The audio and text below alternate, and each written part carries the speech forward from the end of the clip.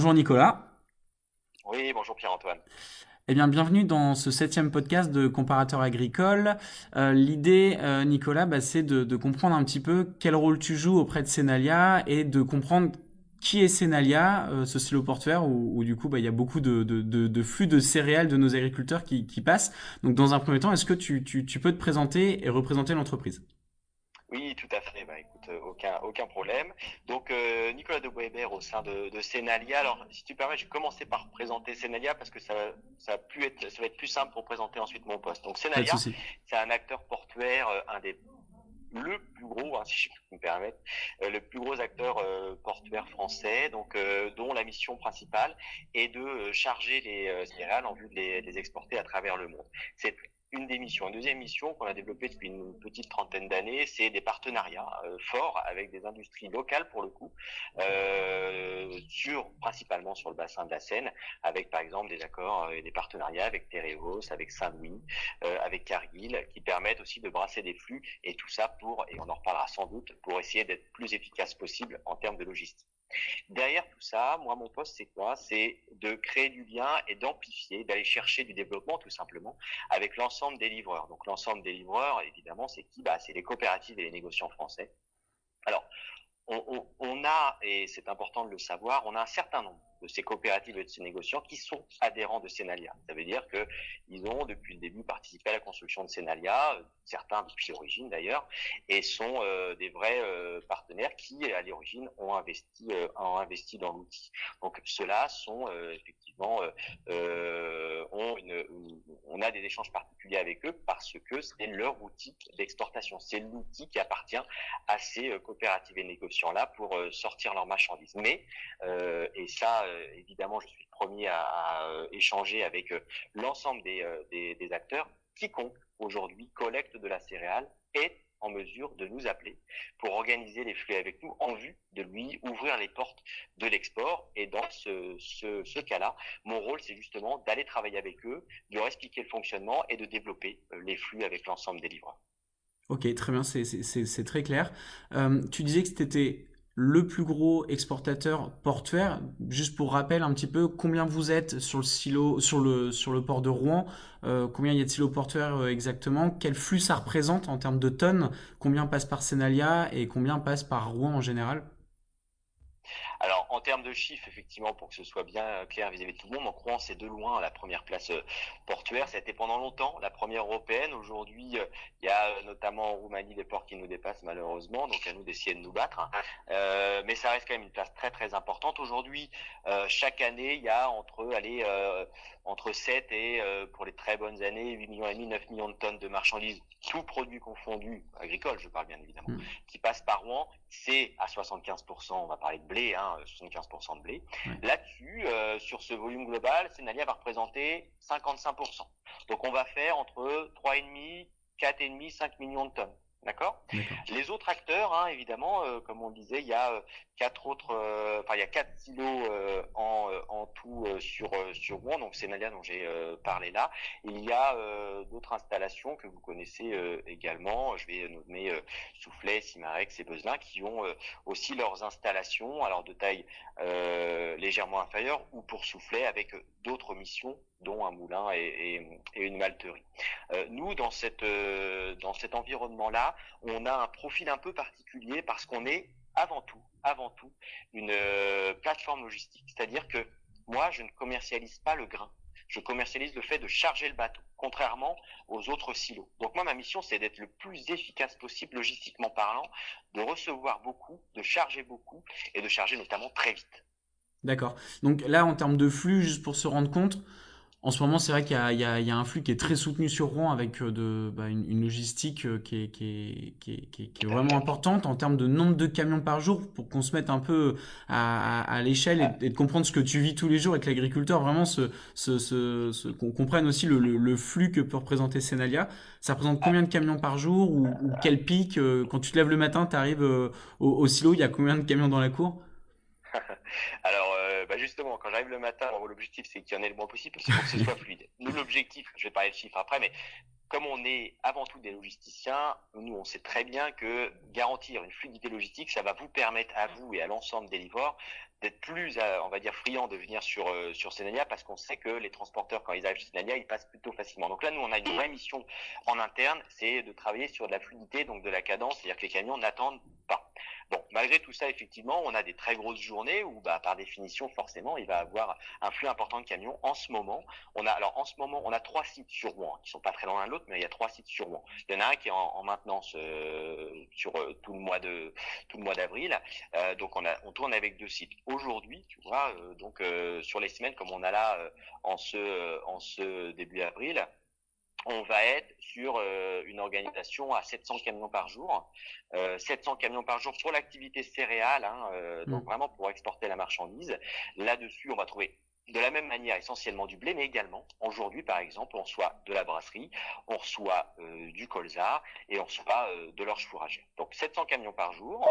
On va avoir en parallèle une grosse activité péniche. On est à peu près à 10 000 tonnes de péniche par jour.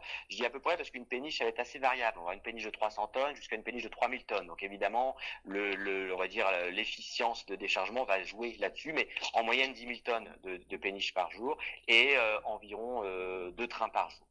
Donc sur l'ensemble, ça c'est ce qu'on reçoit aujourd'hui. Notre potentiel, si on peut parler de potentiel, quand les 3 sites fonctionnent, on va monter à 850 camions, on va monter à 4 trains et on va monter à 12 000 tonnes de péniche. Ok, bon, bah du coup, tu viens de poser les bases, quoi. Très bien. Voilà. Bon, je te remercie. En tout cas, on a bien compris ce qu'était Senalia, le rôle qu'il joue dans la filière du grain. Évidemment, en ce moment, on est en train de traverser une crise sanitaire qui est, j'ai envie de dire, qui impacte l'ensemble des métiers, l'ensemble des filières. Alors, la filière agricole, par rapport à d'autres filières, je pense qu'elle est moins impactée. On a de la chance. Toi, aujourd'hui, chez Senalia, comment tu le vis? Quel est l'impact directement chez Senalia et est-ce qu'il y a des règles? Je pense que oui. Alors, Qu'est-ce qui a oui, été tout mis à en fait. place? Alors, on va avoir 2 choses qu'on a mis en place. Les règles, bien évidemment, dont je vais rappeler. Et en premier point, par contre, je vais aborder ce sujet-là. C'est on a encore plus et on utilise encore plus nos capacités de chargement. Parce que l'objectif, c'est que du coup, on est aujourd'hui donc une filière qui est à la fois stratégique parce que c'est de l'alimentaire, parce qu'il faut pas oublier que, comme je disais, le blé que l'on envoie, c'est essentiellement du blé. Dont on se parle depuis le début. On fait aussi de l'orge fourragère, bien évidemment, mais si on parle de blé, là on va parler d'alimentation humaine. On va parler Mm. de marchandises qui partent pour faire l'alimentation de base de beaucoup de pays africains. C'est essentiellement des destinations africaines que l'on va toucher. Et donc aujourd'hui, il ne faut pas oublier qu'effectivement cette filière de production qualité française, de chargement de bateaux, c'est pour irriguer une grosse partie du bassin nord-africain, ouest-africain en produits alimentaires de base. Donc ça veut dire que si nous on arrête, il ne faut pas oublier qu'il y a une grosse partie malheureusement de la population de ces zones-là qui sera potentiellement malheureusement en difficulté de pouvoir fournir à sa population de l'alimentation de base. Bon. Donc là c'est vraiment stratégique et c'est pour ça qu'on utilise pleinement et à fond en ce moment nos capacités de chargement qui sont donc ça d'ailleurs ça me permet juste de compléter, qui sont aujourd'hui on est capable de charger 4 bateaux en même temps et de sortir à peu près 60 000 tonnes par jour. Ça c'est nos capacités de chargement. Ok. Donc ça, on les exploite parce qu'il faut les exploiter pour assurer ce fil, on va dire ce pont, alors pas aérien, mais ce pont entre les productions et les zones de consommation. Par rapport à ça, pour évidemment protéger nos collaborateurs, évidemment, protéger l'ensemble, les 700 chauffeurs qui vont se présenter aujourd'hui chez moi, les mariniers, les équipes ferroviaires et l'ensemble du monde portuaire. Évidemment, aujourd'hui, on travaille essentiellement avec des échanges dématérialisés. Donc, on essaye au maximum d'amplifier les phénomènes et le système de dématérialisation des documents. On a mis à disposition, évidemment chez nous, donc à l'ensemble de notre personnel, de quoi évidemment se laver les mains régulièrement, désinfecter son poste de travail. On a aujourd'hui des plexiglas qui bon, ça était déjà en place de toute façon, mais on voit pleinement l'utilité aujourd'hui à toutes les zones entre guillemets de contact. Il y a ça et on a aussi parce que les chauffeurs on peut pas, alors qu'ils représentent la plus forte population, les chauffeurs aussi sont en difficulté parce qu'on sait très bien qu'ils trouvent plus difficilement des points pour se restaurer, des points pour pouvoir juste peut-être se laver les mains. Donc on a mis à disposition aussi des équipes de chauffeurs une zone sanitaire pour qu'ils puissent au moins se laver les mains s'ils en avaient besoin ou prendre une douche si c'est nécessaire. Donc ça c'est toute on va dire le concret, avec évidemment rappel, affichage des zones, des espaces de sécurité, des distances entre les personnes et rappel des règles de base. Donc voilà. Alors évidemment, comme vous, comme beaucoup, on est un métier de terrain. On a pu mettre une partie du personnel en télétravail, mais ça reste quand même limité. Faut avouer qu'on a 70% des gens, c'est des gens de terrain, on peut pas les remplacer. Donc ces gens-là sont présents et on est à 25-30% en télétravail pour tout ce qui peut l'être. D'accord, ok. Et alors du coup, c'est-à-dire qu'aujourd'hui, à aucun moment donné, on a un risque que le port s'arrête ou tu sois en incapacité de charger un bateau ou quoi que ce soit. C'est-à-dire qu'aujourd'hui, l'impact coronavirus, il est géré, donc évidemment avec toutes les règles sanitaires qui sont mises en place, Absolument. mais logistiquement parlant, que ce soit sur du ferroviaire, sur du transport routier, sur de la péniche et donc du bateau, c'est-à-dire toi ce que tu exportes, pour le moment, Oui. il y a aucun point de blocage. Aucun. En fait, on a alors faut plusieurs choses. Déjà, bon, faut remercier tout le monde parce que on a une vraie solidarité entre la filière dans la filière agricole, avec tout le monde qui est sur le pont Hmm. pour continuer de participer à l'export qui est important. On a l'ensemble des transports routiers qui effectivement jouent le jeu. Ça faut les remercier. Donc faut aussi avouer quelque chose, Pierre-Antoine, c'est qu'on bénéficie, et malheureusement effectivement pour les autres filières, secteurs d'activité, il y a aussi beaucoup de secteurs d'activité qui sont arrêtés, qui du coup n'utilisent pas de transport. Donc nous, on a entre guillemets Oui. plus facilement du transport.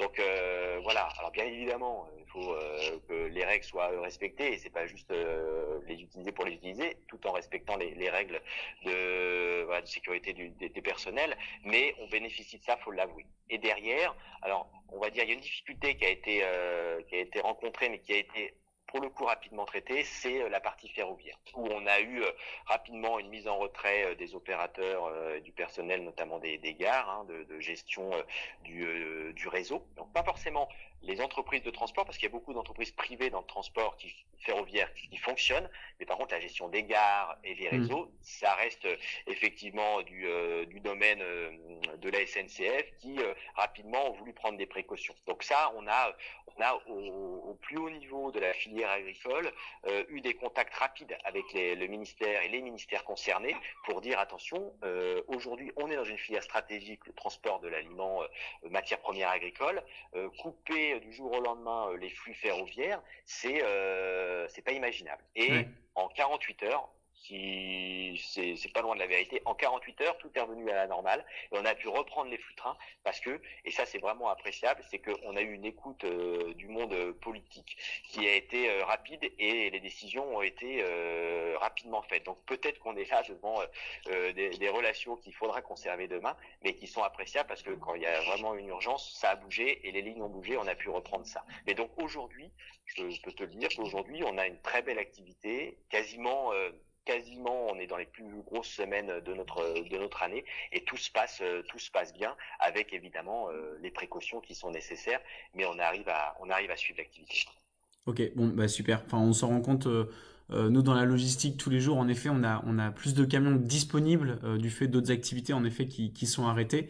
Et c'est vrai qu'on en a besoin parce que on voit bien que les préavis de chargement sont appelés bah, au début des périodes. Donc c'est vrai que ça permet d'avoir une réactivité et heureusement que le monde agricole est moins impacté. Alors, c'est vrai que les autres cœurs de métier, Hum. je, enfin, j'aimerais moins être à leur place. C'est vrai que nous, on est Oui, un peu plus, j'ai envie de dire, absolument. mis de côté.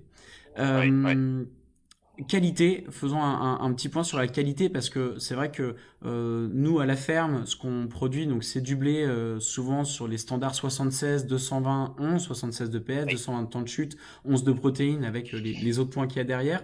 Il y a toujours un écart entre ce qu'on produit à la ferme et toi les exigences à l'export. J'aimerais bien juste qu'on rappelle un petit peu toi les qualités que tu exiges à la réception et celles qui sont exigées par les clients à l'export, qu'on comprenne bien aujourd'hui et que le monde agricole aussi comprenne bien bah, entre ce que nous on produit dans les champs et qu'on a à la ferme et qu'on réceptionne à Rouen et qu'on Hum. on réexporte. Vraiment pour qu'on comprenne bien l'impact Oui. qualité qui n'est pas anodin. Oui, alors là, tu mets effectivement le doigt sur un sujet qui est essentiel. Et donc, si tu veux, il faut bien se rendre compte qu'aujourd'hui, on va parler que de blé, hein, parce que Ouais, très bien. les autres produits, il y aurait trop de détails à échanger, mais vraiment sur le blé parce que c'est ce qui est le plus représentatif. Donc le blé aujourd'hui, qui est l'essentiel des produits que l'on charge, il faut bien se rendre compte qu'effectivement les exigences des pays, parce que bon, on parle de pays, comme je disais tout à l'heure, qui ont une vraie dépendance des pays exportateurs. Mais quoi qu'il en soit, ils sont aussi exigeants. Parce qu'en face de nous, on a beaucoup de producteurs, hein, de beaucoup de pays exportateurs. Et aujourd'hui, bah, évidemment, le prix, je vais pas t'en cacher, c'est une des données importantes. Et ça, faut toujours être compétitif. Hein, ça sera toujours avec cette notion de compétitivité. Mais si on parle de qualité, il faut se rendre compte que aujourd'hui, les gros bassins de production, donc nous principalement évidemment les concurrents sont la mer Noire, mais également Amérique du Sud, Amérique du Nord, sont des pays qui sont malheureusement mais capables de produire des qualités en moyenne, peut-être de manière plus hétérogène, mais en tout cas en moyenne supérieure aux nôtres. Et là, on a face à nous du coup un vrai défi à relever, mais qui n'est pas nouveau. Ça fait déjà quelques années qu'on en parle, et il faut reconnaître que on s'est retroussé les manches et on constate d'année en année, en espérant que ça continue bien évidemment, on constate d'année en année une amélioration de tout ça. Mais il y a encore du boulot à faire. Je m'explique. Et par rapport à ce que tu dis là, c'est qu'effectivement les contrats aujourd'hui sont en 76-221, et pourtant, moi tu vois, si je reçois que du 76-221, ben, je suis incapable de charger un bateau. Je suis incapable de charger un bateau parce que les clients que j'ai en face de moi vont exiger non pas du 76 mais du 78 minimum. C'est-à-dire qu'il n'y a aucun bateau qui part en aliment humain. Hein, Hmm. je parle vraiment du marché qui est notre marché principal. Il n'y a aucun bateau qui part en 78. Quand on parle de 11 de protéines, bah 11 c'est le plus bas exigé dans le cahier des charges, et c'est le cahier des charges algérien. On charge beaucoup de Maroc à 11,3 minimum. On va charger de l'Afrique de l'Ouest à 11,5 minimum. Et beaucoup de pays, notamment Afrique de l'Est, on n'y répond même pas parce qu'ils veulent du 12,5 de protéines. Ça, on ne sait pas faire aujourd'hui. Donc, faut bien se rendre compte qu'effectivement, l'exigence que l'on a dans le travail, nous, à réception de la marchandise, du tri de la marchandise, de manière à charger un bateau homogène, elle est assez complexe parce qu'on a effectivement aujourd'hui dans les flux de réception, on peut avoir certaines années où on est assez en difficulté, notamment protéines. Sur les autres sujets, le PS, on arrive à avoir des résultats qui sont plutôt corrects. L'humidité, bon, on peut avoir quelques solutions, mais ça, on arrive à passer. Protéines, par contre, effectivement, et c'est pour ça que pendant il y a quelques années, on a parlé du plan protéines. Il y a une vraie exigence d'essayer de travailler là-dessus et de continuer de progresser. Alors, on n'est pas complètement non plus fermé, c'est-à-dire qu'on sait très bien qu'il y a certains territoires en France, on ne pourra pas leur exiger 12 de protéines. D'autres, par contre, ils font déjà du 11,5. Là, c'est possible d'essayer d'aller Hmm. gratter quelque chose. Donc, on ne dit pas il faut du nord au sud de la France, il faut du 12. Et c'est que chacun doit faire un effort pour aller gratter le dixième, les 2 dixièmes, qui permet en moyenne d'aller chercher des pays à 11,5, qui va nous permettre d'ouvrir aussi notre potentiel. Tu vois, c'est dans tout ça qu'il faut faire, c'est vraiment travailler tous ensemble, parce que c'est dès le début, effectivement, dès les conditions de culture, que l'on pourra demain s'ouvrir les portes. Même si, effectivement, il y a des marchés, on peut trouver des marchés, mais il faut toujours se dire que ça sera toujours plus facile d'aller trouver des marchés parce qu'on fait un blé qualitatif avec des taux de protéines intéressants. Ce sera toujours plus facile de s'ouvrir un marché à ce moment-là que de dire d'aller taper aux portes en disant est-ce que mon blé ça t'intéresse, je suis un peu ric-rac, mais écoute, on travaille bien Hmm. ensemble, il faut qu'on puisse continuer, tu vois. La qualité, c'est ce qui va nous ouvrir les portes demain. Surtout avec les concurrences que l'on voit arriver. Je te parle pas de l'Algérie, on entend beaucoup parler, mais surtout avec ce qui va se passer sans doute dans les années à venir en Algérie. D'accord. Parce qu'aujourd'hui, tes principaux pays concurrents sur l'export vont être les pays d'Europe de l'Est? Ça va être les pays d'Europe de l'Est, la mer Noire, donc Russie, Ukraine, qui n'ont de toute façon, c'est pas compliqué, tu sais, Russie principalement, mais font de la production agricole une arme de conquête. Ouais. C'est-à-dire qu'ils savent et ils veulent nourrir le monde. Ils ont des terres, ils ont des capacités. C'est des gens qui aujourd'hui ont une formation agronomique qui a rien à envier avec les pays d'Europe de l'Ouest, donc ils sont capables de faire des belles choses. Hmm. Ils ont encore à s'améliorer pour homogénéisé, pour la logistique aussi. Ils ont beaucoup de choses à faire, mais ils ont déjà réussi à conquérir de nombreux marchés. Parce qu'aujourd'hui, ces gens-là peuvent te sortir, et le Maroc, tu vois, cette année, on a beaucoup de marchandises qui partent au Maroc, parce que cette année, on a une belle récolte en France, mais les années passées, le Maroc se privait facilement de l'origine française, parce qu'ils étaient à plusieurs dollars de moins à aller chercher de la marchandise en mer Noire pour une qualité supérieure. Donc, tu vois, il y a du travail encore à faire, même si, et j'entends nombre d'agriculteurs, hein, j'en connais aussi beaucoup, qui me disent oui, mais tu sais, la réglementation nous facilite pas la tâche. Malgré ça, il faut qu'on arrive à faire mieux, pas pour être payé plus cher, comme je le disais, attention aussi, hein, Pierre-Antoine, ça sera pas forcément pour être valorisé 2, Ouais, 3, 4 euros de plus, hein. Ce sera je juste savais pour pas si être j'avais le sûr droit de de te le pouvoir dire. sortir. Ben non, ben oui, non, mais tu pouvais. Parce qu'en fait, si tu veux, c'est pour se dire, ça va pas permettre de vendre plus cher, ça va juste permettre de vendre. C'est ce qu'il faut se dire. La qualité, ça va nous permettre d'ouvrir nos portes. On a plein de super arguments en France. On est très bon logistiquement parlant, on est très fiable, on a des bons partenariats vers les pays clients. Par contre, il faut qu'on s'améliore qualitativement parlant. Ok. Il y a des choses à faire. Et on entend de plus en plus parler, mais alors plutôt pour du local, de HVE. Est-ce que, haute valeur environnementale, est-ce Oui. que à l'export, c'est quelque chose qui commence à se faire ressentir? Est-ce qu'il y a quelque chose à aller chercher ou non, pas du tout? Pour le moment, ça reste Alors, enfin, alors, est-ce que ça vaut le coup? Est-ce qu'en tout cas, une ferme qui se dit, je veux être labellisé ou certifié HVE, a un impact direct sur ma commercialisation? Alors, en local, sur certaines choses, peut-être. Est-ce qu'à l'export, c'est le cas?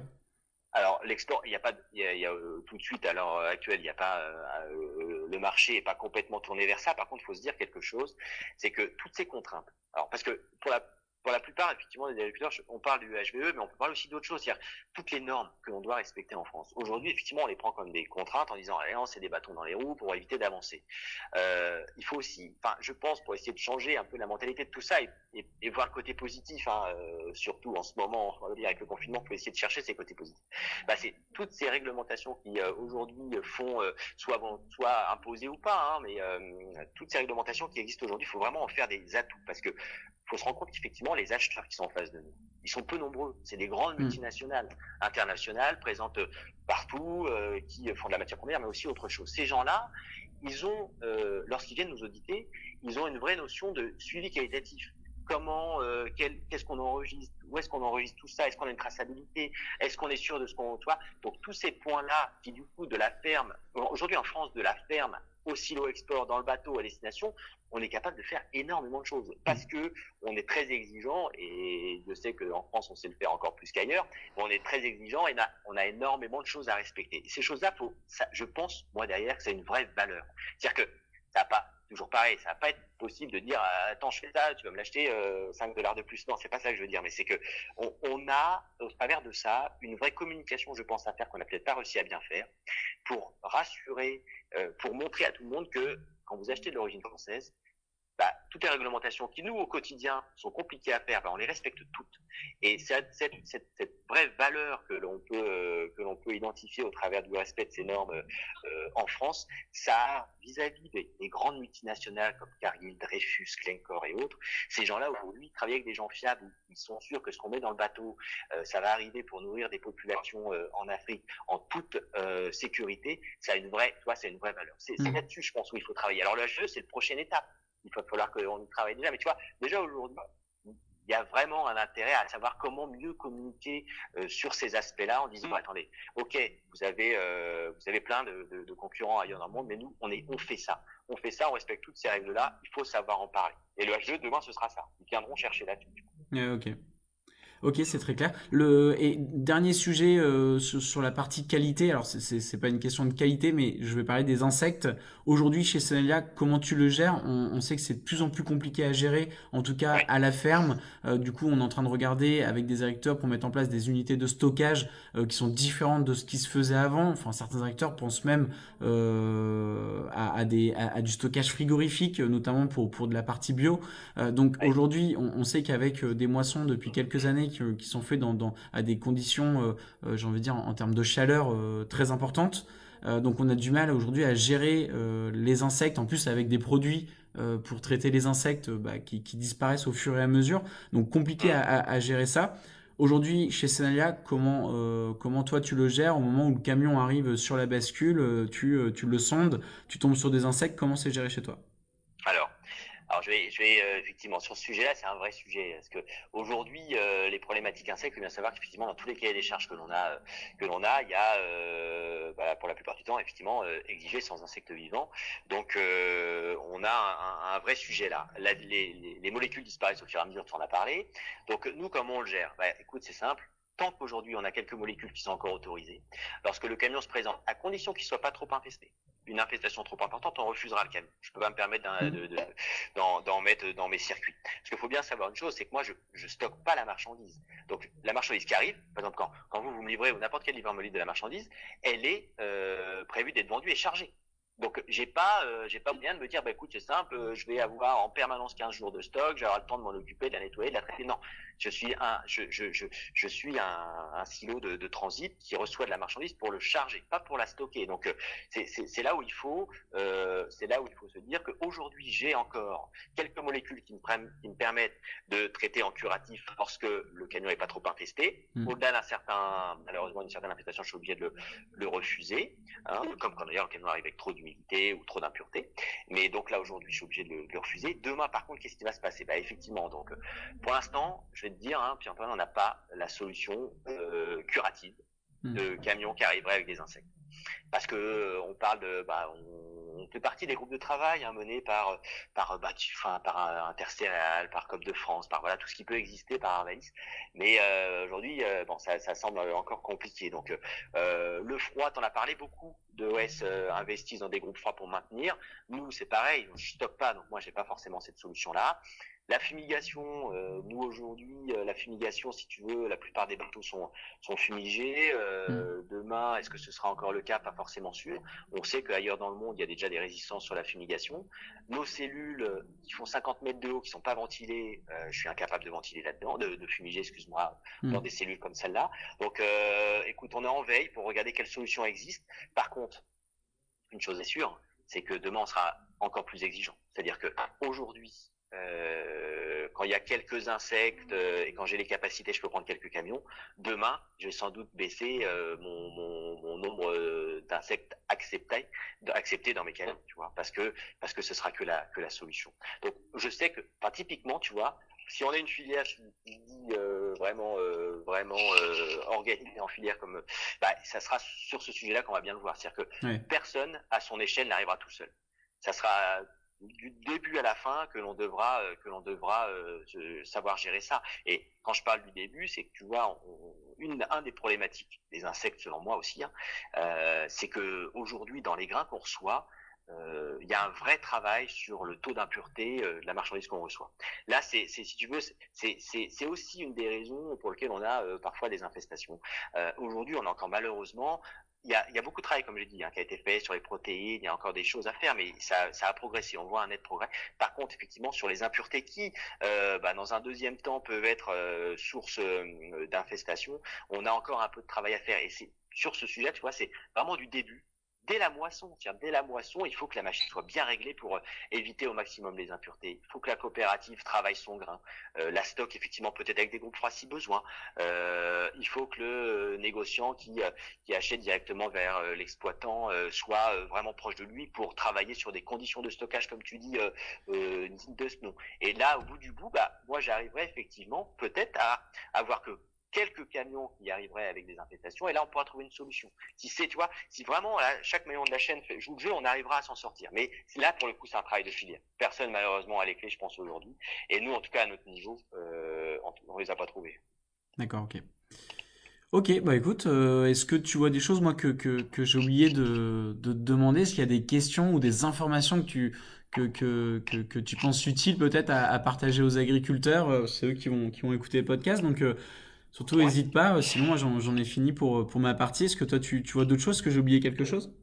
Ah bah écoute, alors même si évidemment si vous êtes délié ça va être compliqué, mais moi on fait toujours et on organise à qui le veut des visites de l'installation, parce que ça permet effectivement de parler Ouais. vraiment des choses avec. Donc moi j'invite effectivement si certains des personnes qui écouteront le message sont intéressés, on peut imaginer faire des visites pour les installations pour suivre un chargement de bateau.